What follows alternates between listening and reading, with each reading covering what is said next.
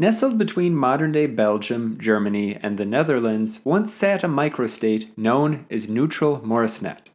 It was the world's first and so far only Esperanto-speaking state. A country so small it could be walked across in under an hour that became a haven for draft dodgers, smugglers, and idealists on the fringes of Europe's great empires.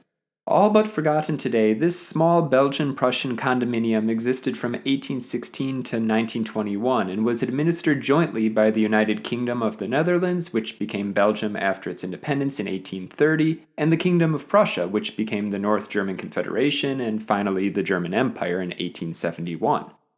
Born of compromise, Neutral Moresnet was a geopolitical anomaly and a testament to the creativity or perhaps absurdity of diplomacy in Europe at the time.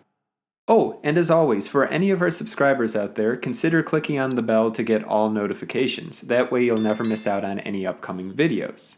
And even if you're not a subscriber, like roughly 90% of our viewers, you can always subscribe, like this video, or comment. It really does help out the channel and means a lot to us.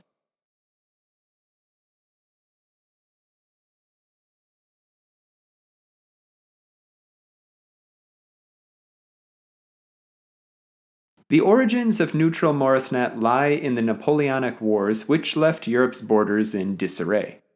These wars, which raged from 1803 to 1815, saw the rise of Napoleon Bonaparte and the creation of a vast French empire that challenged the old European order.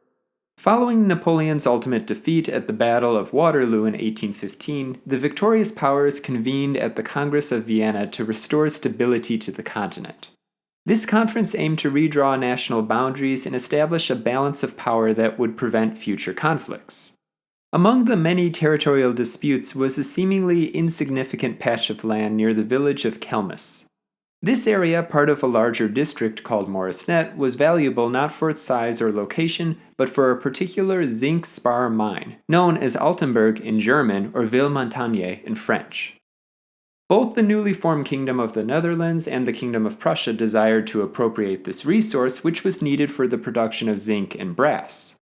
At that time, Bristol in the United Kingdom was the only other place where zinc ore was processed. Unable to reach an agreement, the two powers decided on a rather unusual solution. The district of Moresnet would be divided into three parts. The Dutch would take the village of Moresnet itself, while the Prussian village of Moresnet, renamed Nye Moresnet after World War I, would become part of the Rhine province. The valuable zinc spar mine and adjacent village would, however, be jointly administered as a neutral territory. And thus, on June 26, 1816, Neutral Moresnet was officially established, encompassing just 1.3 square miles or 3.4 square kilometers. Neutral Moresnet was governed by a unique arrangement. A joint commission consisting of Dutch and Prussian representatives managed the territory, with each appointing a commissioner. These commissioners oversaw the administration from afar, while local governance was entrusted to a mayor chosen from among the residents. In 1859, Neutral Moresnet was granted a greater measure of self-administration with the installation of a municipal council of 10 members. This council, along with a welfare committee and a school committee, was appointed by the mayor and served an advisory function only. The residents, however, had no voting rights, underscoring the limits of local governance. The territory's status as a neutral zone meant it didn't belong fully to either of the neighboring states, creating an unusual political limbo. This attracted a significant number of immigrants, particularly young men seeking to avoid mandatory military service in their home countries. In 1854, Belgium, however, began to conscript its citizens who had relocated to Neutral Moresnet, and Prussia did likewise in 1874.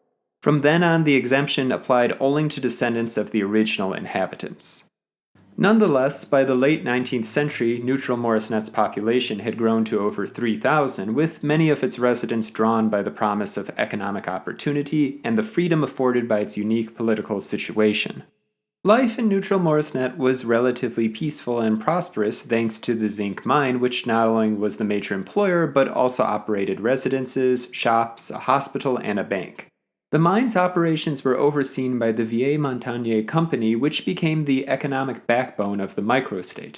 The economic system was further bolstered by low taxes, with a national budget fixed at 2,735 Belgian francs throughout most of its history. The absence of import tariffs from either neighboring country allowed goods to flow freely, leading to lower prices compared to just across the border. This also encouraged a lot of smuggling. Most services, such as the mail, were jointly shared between Belgium and Prussia. Without its own currency, the territory used a mix of Dutch guilders, Prussian thalers, and later Belgian francs, reflecting its neighbors' influence. That being said, in 1848, a local currency was put into circulation, though these coins were not considered the official medium of exchange. However, as a neutral territory without full sovereignty, Neutral Moresnet lacked many of the trappings of a typical nation-state. The people of Neutral Moresnet were considered stateless and were not allowed to maintain a military of their own. They did nonetheless adopt a flag, a tricolor with horizontal bands of black, white, and blue. The exact origins of the flag are unknown, but two theories exist regarding the symbolism of the colors. One theory claims the colors were taken from the two neighboring European powers' flags, with black and white representing Prussia and white and blue the Netherlands. Another theory suggests the colors were taken from the emblem of the Vieille Montagne Company. Though the flag was unofficial, it became a cherished emblem for the residents of Neutral Moresnet, embodying their identity and independence. And then, in the late 19th century, Neutral Moresnet gained a reputation as a potential homeland of sorts for the Esperanto movement. Esperanto, a constructed international auxiliary language, was created in 1887 by L.L. Zamenhof, a Polish-Jewish ophthalmologist. Zamenhof envisioned Esperanto as a tool to foster international understanding and peace, offering an easy-to-learn and politically neutral language. Intended as a universal second language, Esperanto's vocabulary, syntax, and semantics derive predominantly from languages of the Indo-European group. A substantial majority of its vocabulary, approximately 80%, derives from Romance languages, but it also contains elements derived from Germanic, Greek, and Slavic languages. Dr. Wilhelm Mali, a local physician and passionate advocate of Esperanto, envisioned the microstate as the world's first Esperanto-speaking nation. He proposed renaming it Amikejo, place of friendship, and promoted the use of Esperanto in daily life. Under Mali's leadership, Esperanto clubs and publications flourished in Neutral Moresnet, and the idea of Amikejo captured imaginations worldwide. An Esperanto national anthem set to the tune of O Tannenbaum was also proposed. And the World Congress of Esperanto, meeting in Dresden, even declared Neutral Moresnet as the world capital of the Esperanto community. The decline of Neutral Moresnet, however, began in the late 19th century as its zinc spar deposits dwindled. With the mine's closure in 1885, the territory lost its primary source of income and employment. That being said, gambling was heavily restricted in Belgium in the early 1900s, and many German states likewise implemented laws prohibiting gambling due to its moral and social concerns. Sensing an opportunity to revive its struggling economy, Neutral Moresnet opened a casino in August 1903. It operated with strict limitations permitting no local residents to gamble and no more than 20 people to gather at a time. The venture was nonetheless abandoned when Kaiser Wilhelm II of Germany threatened to partition the territory or cede it to Belgium unless it closed the casino. Neutral Moresnet's status as, well, a neutral territory then became increasingly precarious amid rising nationalism and tensions between neighboring powers. During World War I, the microstate's strategic location made it a target, and German forces occupied the territory in 1914, effectively ending its neutrality.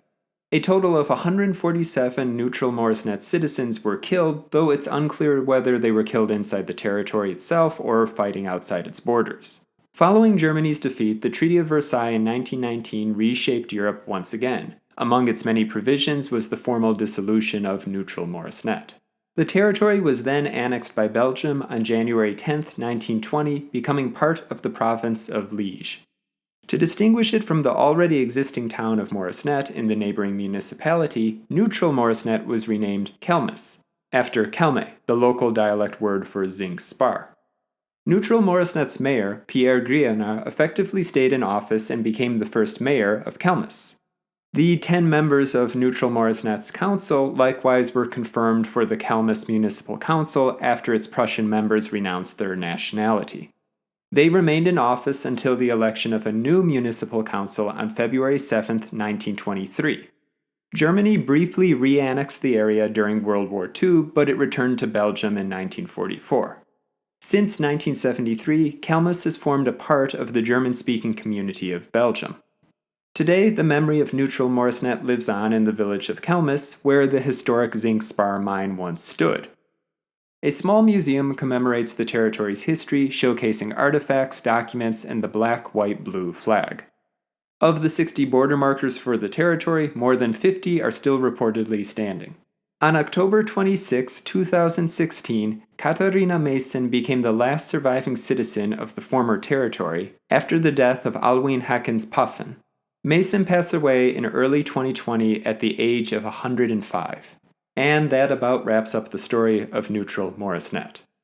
Anyway, I'm going to give Neutral Moresnet a 5 on the Ghost Countries Index, but I would love to hear your opinions about this lesser-known microstate, so please let me know your thoughts in the comments section.